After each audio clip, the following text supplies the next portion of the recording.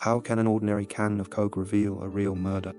This story is completely true from A to Z, and at the same time damn surprising. Today we'll look into the case of Sylvia Quayle, who was found dead in her own home in 1981, and how, after 40 whole years, the mysterious killer was finally identified. And I'll allow myself a small digression. On my channel, I often release videos like this about crime and mysterious stories. If you enjoy that kind of content and you're not subscribed yet, fix that with a simple click on the subscribe button. Thanks. And now, let's get to the story. 1981 summer, Cherry Hills, Colorado. At the time, the town had a population of only 5,000 people, and one of them was Sylvia Quayle. Very little information has been preserved about Sylvia, or at least I could hardly find anything. We know she was born in September 1946. She grew up in a complete family with a mother and father. She also had a younger sister, Joey. Many described her as a woman who would literally light up a room with her radiant smile wherever she went. It's also known that her relationship with her sister was very warm. She loved her more than anyone else in the world. It was August 3rd, 1981. Sylvia was 35. She left work and returned home late at night. At that time, she lived alone. Shortly before late evening, Sylvia called her sister. I can't say exactly what they talked about, but the point is, there was no sign of trouble. The mood was pretty positive, and the sisters were making plans for the next day. After the conversation, they wished each other good night, and Sylvia went to bed.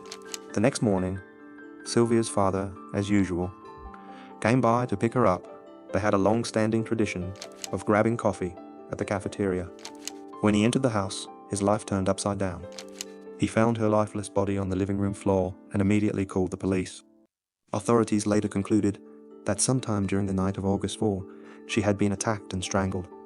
She had many wounds that appeared to have been inflicted with a knife. An unknown suspect also shot her in the temple, and she died soon after from her injuries. Additionally, police notes state that the phone line leading to the house had been cut. This suggests the crime must have occurred after Sylvia's evening call with her sister. The notes also emphasize that the insect screen covering Sylvia's bathroom window had been torn from its hinges and thrown into the nearby bushes. This indicates that the suspect most likely entered the house through the bathroom window. The family and locals were devastated by the news. Everyone wanted to find the killer, but despite strong motivation, no serious leads were found. Forensics in the 1980s was still in its early stages, and since neither police nor the family had any idea who could even theoretically be a suspect, the chances of solving the case quickly dropped to zero. At that point, law enforcement and forensic experts gathered all evidence from the scene and stored it in a special container, hoping that someday in the future technology might emerge to help understand what had happened.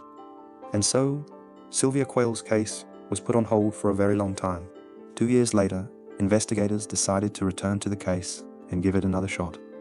Several years earlier, when Sylvia was still alive, Canadian police had introduced a new forensic technology called an alternative light source. The idea was that light of a certain wavelength could help reveal potential clues. But it was limited to lab use only. The technology was too expensive, required bulky equipment, and was impractical for use at crime scenes. Around this time, portable ultraviolet flashlights began appearing on the market, but their capabilities were still mostly limited to one spectrum, and they weren't widely used in forensic work.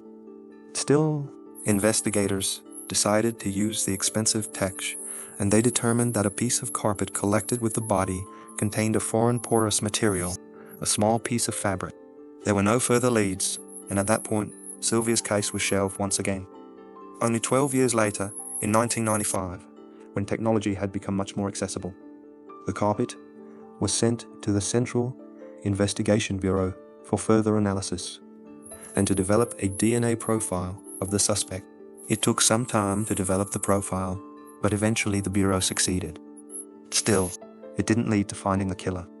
There was simply no matching DNA in either state or national databases, and this is where it gets really interesting. A few years later, a clue found in Sylvia's case prompted analysts to upload the DNA to 2 public websites called Genealogical Tree.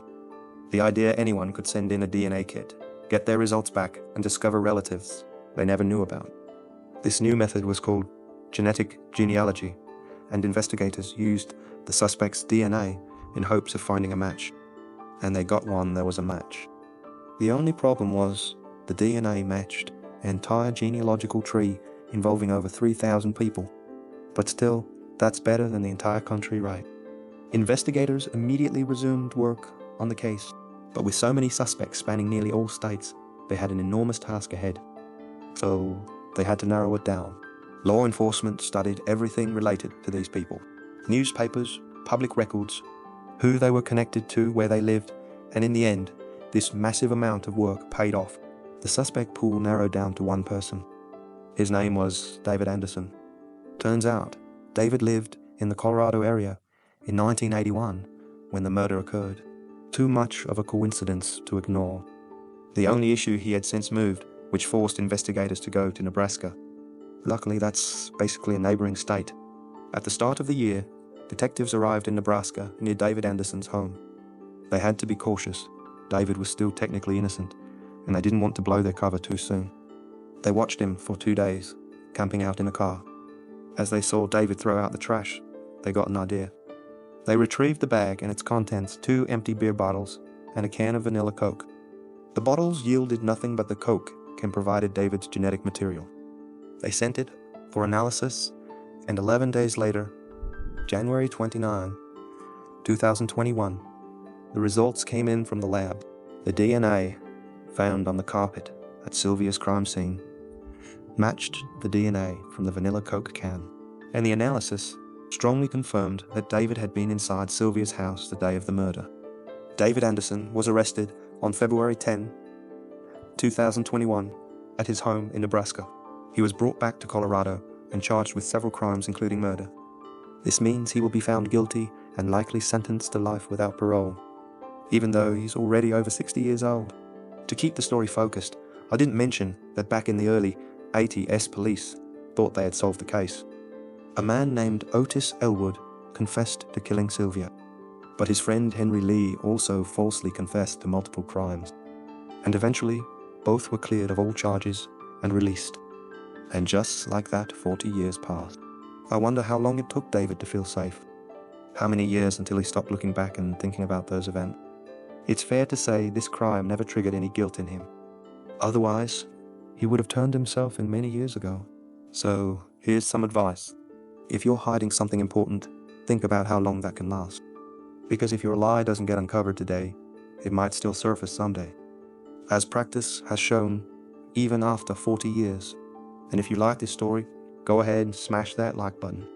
Thanks for watching.